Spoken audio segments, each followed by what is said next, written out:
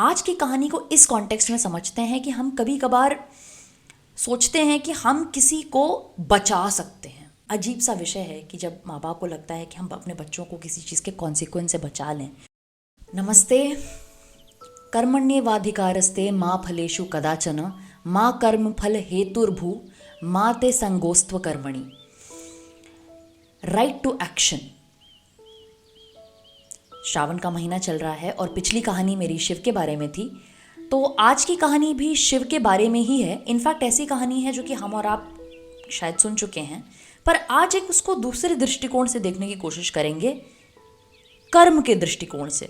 श्री कृष्ण अर्जुन को बोलते हैं कि तुम्हारा एकमात्र धर्म जो है वो कर्म करना है। You only have the right to action, your duty और योर राइट। जो एकमात्र राइट, फंडामेंटल राइट तुम्हारे पास है, जो आजकल हम बोलते हैं ना राइट्स, फंडामेंटल राइट, तुम्हारा फंडामेंटल राइट सिर्फ एक्शन का है। ठीक है, तो अब कहानी को थोड़ा सा शिव की तरफ लेके चलते हैं।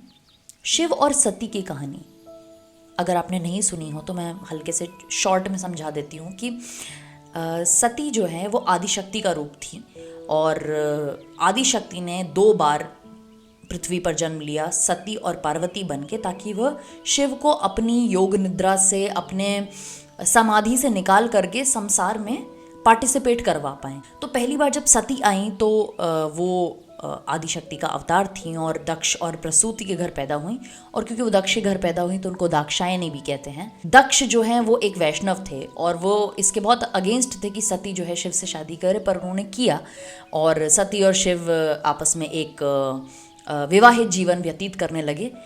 पर दक्ष का जो गुस्सा था वो शिव के प्रति ख़त्म नहीं हुआ था, तो उन्होंने एक बार यज्ञ रखा था जिसमें कि सारे दूसरे भगवानों को, देवताओं को, गंधर्वों को, सबको बुलाया था, लेकिन उन्होंने शिव को नहीं बुलाया जानबूझ के। और शिव को नहीं बुलाया तो सती को भी नहीं बुलाया। अब सती ने शिव से थोड़ी सी जिद की कि वो थोड़ी सी मन से व्यथित थी कि उनको लग रहा था कि उनका एक अपने पिता के प्रति एक फ़र्ज़ बनता है, कर्तव्य बनता है, और उनको शिव के प्रति भी बहुत अपार प्रेम था। उनको ये समझ में नहीं आ रहा था कि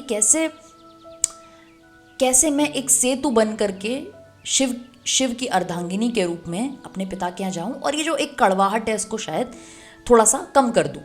तो उन्होंने शिव से बहुत पूछा।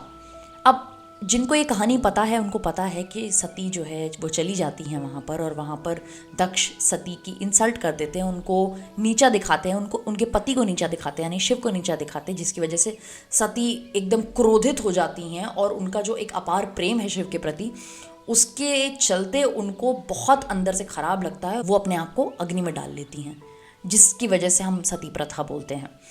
अब यहाँ पर मैं थोड़ा सा दृष्टिकोण बदल करके इस बात पर ध्यान देती हूँ कि आदिशक्ति को पता था कि वो सती के रूप में आएंगी और फिर पार्वती के रूप में भी आएंगी, और कहीं ना कहीं शिव को भी पता था कि सती अगर वहाँ जाएंगी तो उनका अपमान होगा और वो अपने आप को अग्नि में प्रवेश करवा लेंगी।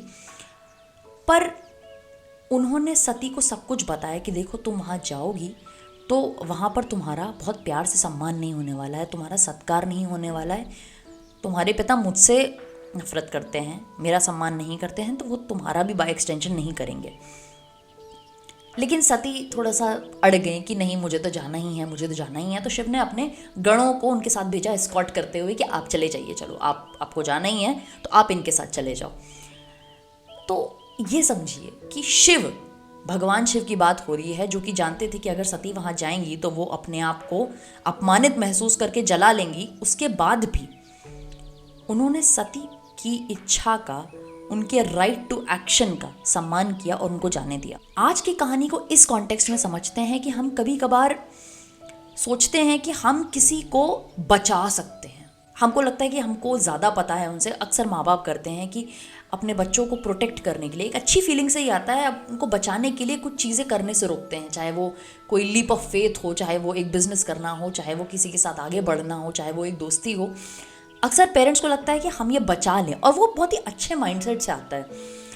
पर आप शिव को देखिए कि शिव ने सारी इंफॉर्मेशन दी सती को। आप जिसको भी समझाना चाहते हो या आपको ऐसा लगता है कि आपको उनसे ज़्यादा आता है, तो आप उनको इंफॉर्मेशन पूरी दो, बट अल्टीमेटली आपको उनके राइट टू एक्शन को रिस्पेक्ट करना पड़ेगा। शिव ने सती की इच्छाओं का सम्मान किया, सब जानते हुए भी कि ये होने वाला है, उन्होंने इस बात का सम्मान किया कि मैंने सब बता दिया है जो मुझे बताना था, अब कर्म और उसका कॉन्सिक्वेंस दोनों झेलने का जो राइट है वो सती के पास है।